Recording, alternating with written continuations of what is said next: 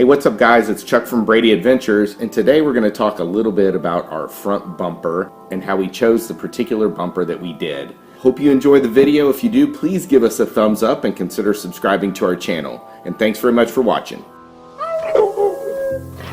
There are a number of bumpers to choose from with the 100 series, so you're not going to be lacking for options. There's a handful of major considerations that people make when they're selecting a bumper, including the approach angle that the bumper is going to give you, frontal protection. Some of the bumpers have big bull bars that go around the lights, some don't. The weight of the bumper. Some of the bumpers are made out of aluminum, which is going to save you a lot of weight, but maybe not be as strong as the steel.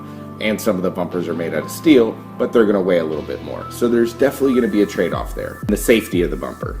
Have the bumpers been tested? Are they going to work with your airbags? There's a lot of custom bumpers out there that will probably be fine, but they don't necessarily have the budgets to ensure that that's going to hold up in a crash. So that's something you might want to consider too. So the last thing on my list I want to talk about is features. So some bumpers are going to have jacking points. Some bumpers are going to have recovery points. Some bumpers are going to have mounts for winches. Some are also going to have built-in mounts for lights, such as fog lights or driving lights. So you want to consider all those kinds of things as well. Slee Off-Road offers some really cool bumpers with very good approach angles. There's also a lot of small shops out there that offer some really unique custom bumpers. One of the big important factors for us was frontal protection. We travel in really heavy whitetail area, and I've almost hit a whitetail deer in my Land Cruiser probably a dozen times. So I wanted to have something that would be a little bit better on the frontal protection in case I did hit a deer. That kind of narrowed my choice down. I originally had planned on a TJM bumper. I believe it was the T15, which looks a lot like the ARB. Just thinking about getting something a little bit different since a lot of people have the ARB bumper. But when I actually went to go start looking for one, they weren't available on the market.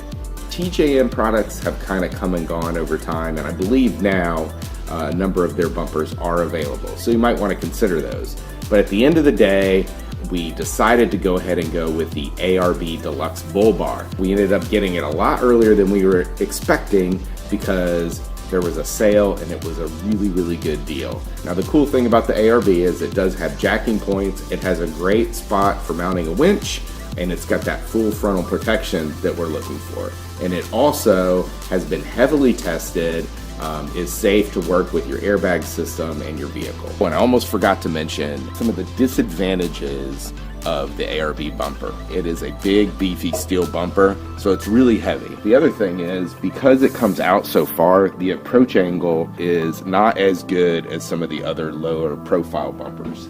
And the last thing is, it doesn't have any recovery points here. Now, some people prefer that because they'd rather have recovery points mounted to their frame, but there are a couple of the custom bumpers that do have recovery points built into the bumper itself. Keep an eye out for our next video when our bumper gets delivered. We unbox it and get it ready for installation.